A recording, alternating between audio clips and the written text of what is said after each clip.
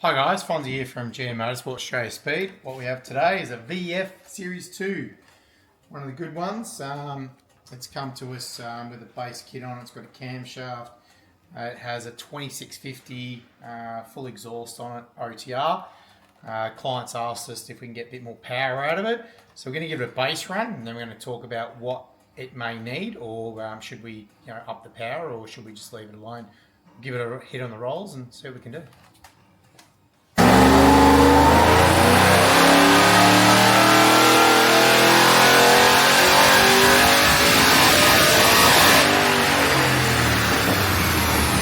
Okay, what you see is 447, 600 rear wheel horsepower. Very similar to what they had come from wherever it was done. Now, the biggest problem with making more power, everyone wants more power, is our fuel pressure and 58 PSI. So this is logged, it's got a fuel pump control module. So as soon as we even get to 4.6, you can see it dropped to 51 PSI here. And we keep going along. We're down to 44. We're down to 40. We're down to 38, 6, 7. So the biggest problem we have there is basically fuel pressure. Another worrying concern is this is only 53 PSI. So that is a bit of a worry that we'll have to talk to the customer about that. Everyone comes in and goes, oh, the car's great, done, everything else. These are the background checks that we do. I didn't build this engine, or I didn't make the engine. It could have an inherent problem. The engine might have bearing problems. It might be an oil pump. It might be a pressure relief valve. So we'll have to investigate that. What's interesting though, it has 49 PSI down at 2.2. So that's probably going to say to me that we might have a bit of a relief valve issue. Only takes a little bit of dirt or anything, contamination, to sometimes get that valve a bit sticky. So we'll have to look at that. So the main things we're going to have to do now is look at fuel pressure. So what we'll do is fit a Kenne Bell booster pump, make sure it's got an LS3 pump in this car as well. So that's boost reference. So basically we got some wires here, and we have a pressure valve hooked up, and when it comes on boost, basically picks the voltage up to somewhere varying from 14 to 18 volts to basically get more juice out of the fuel pump. If we don't do that, well, we can't make any more power. And if we have to change fuel system, we're going to go into, fuel systems worth $4,000 to $10,000. So economically, the Kenne Bell booster is probably the way to go for this car. Also about cam selection as well. This style of blower, so it is a 2650, but it's a traditional way, not inverted.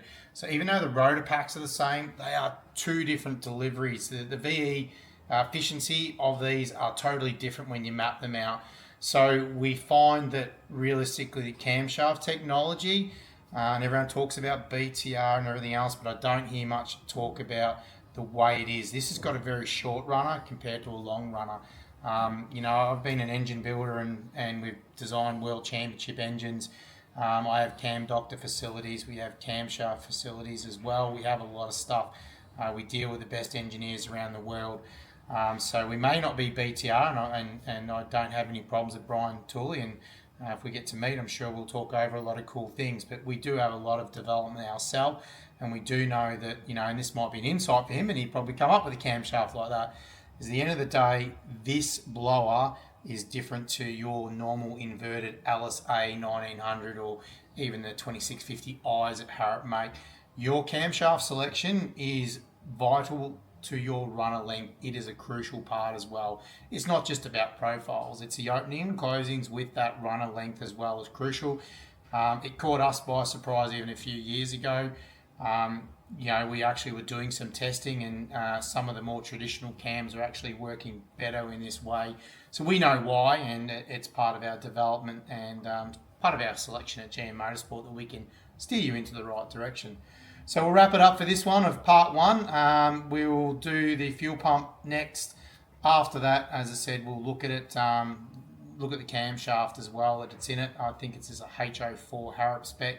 I'll study the results on that, and then we'll talk to the customer and see where we want to go. Okay, we're back here with the 2650. and we're seeing if we can upgrade it. So what we did first is we fitted a Kenne Bell booster. So if you're looking over 460 to 480 rear wheel kilowatts, the changes with an auto converter, you need to fit one of these. So we've did that. We ran it before and we didn't have the pressure sensor fitted. We've now wired it up. So interestingly, I ran it all up and we got the technicians to recheck it. So here is the blue run as normal. The red run here, I was logging it. You can see the AFRs are still basically identical. So that, luckily we always have our scanner on. So we had a look and we went across, and you can see last time that we'd done it. So here's our fuel pressure. It had a spike up to 77, but as soon as you're on power it was 54, and then you can see it tumbled down again to 44. I got out of it, okay? So basically you can see that. So if we kept going, it would have dropped down to, you would have saw yesterday's video, we're down to 38 PSI, done. And you're gonna go, wow, you fitted a Kenne Bell, what happened? I got the technicians to check it as well. Everything was fitted correctly. Our pressure boost sensor was also fitted correctly. So this is where it comes in that guys that don't know, is basically if you don't have your fuel pump control module tuned, it actually won't work. Okay, so what we've seen was that basically it appeared that the fuel pump booster was not working, okay? So with newbies around Commodores, they've fitted it, you can check the wiring, everything else. These cars have got a fuel pump control module. So what we're going to tell you is you can't just fit that booster without actually tuning the fuel pump control module. Now, what I'll show you here is, okay, is that run there in the red, is that one fitted. So what I'll show you here is when we got the fuel pump booster working by tuning the fuel pump control module for lots of things, injectors, there's so much stuff in that. It's another like whole little ECU. Okay, we'll bang this number up and have a look. Wow, we didn't touch any of the engine tune. Look how rich this become. Okay, look at, we've lost some torque as well. Okay, we'll pick that up. That's just getting on the throttle a little bit. But basically all the way through here, which is full throttle, we've lost everything because look, it's now rich. Okay, it's in the 7-8 ranges. And people who say that, you know, you should run them down there, well, yeah, not realistically. They drop a lot of power off and they're still safer. I'm not going to get into arguments of what lambda range to run, but definitely at 7/8 for making power, it's not where you want to be. I will show you that when we go to another log file. We'll come over here and you'll see, okay, log file, and we'll go to this one. It says fitted and tuned. So all I've done here is tune, okay, fuel pump control module, and we'll show you why it went rich. So now when we start here, 60 PSI, 62 at 6 grand. We were at 44 PSI. Okay, I didn't change any of my wiring or anything else with that. We tuned the fuel pump control module. So guys, if your tuning place doesn't know what to do or anything else, there's a lot of problems around with different stuff. You've got to have knowledgeable people. There is knowledgeable people in Australia. It's not just us. You can probably name 10 workshops around Australia with high credentials that we deal with. So if you've fitted this and you want to make 500 rear wheel, you need to fit one of them. You also need to learn how to tune, not the ECU, the fuel pump control module. And thanks to HP Tuners for offering that. And probably now you're going to get a lot more people looking to actually buy credits to tune that. So that's our next step in our evolution of behind the scenes. So now what we're going to do is we're going to put this on. So now that I know we've got control of that, basically we're going to fit the other pulley on it.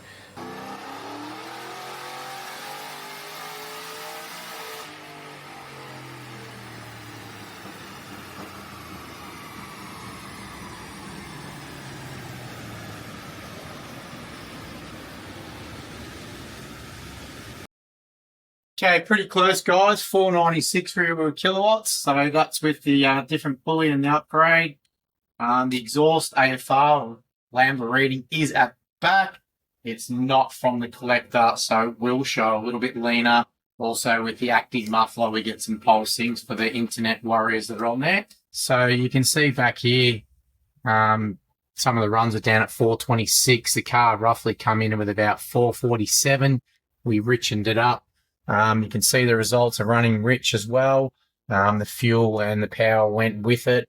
So basically now these ones are up here with the green runs. You can see the boost level from 9.8 to 11.2. So that's the result. We've got some big gains. Realistically, wrong choice of camshaft. I know we're a Harrop dealer and he's a HO4 camshaft. Realistically, not enough exhaust split. So some of our other cams, we've seen 550, 570. I know it's manual, do a far better job. Realistically, the CNC heads, especially our exhaust port program, really lifts these things to a new level. So we did what the customer wanted and requested, and we brought the car up to that next level. Now it's up to whether he changes the camshaft and get some CNC heads to get a bit more out of it.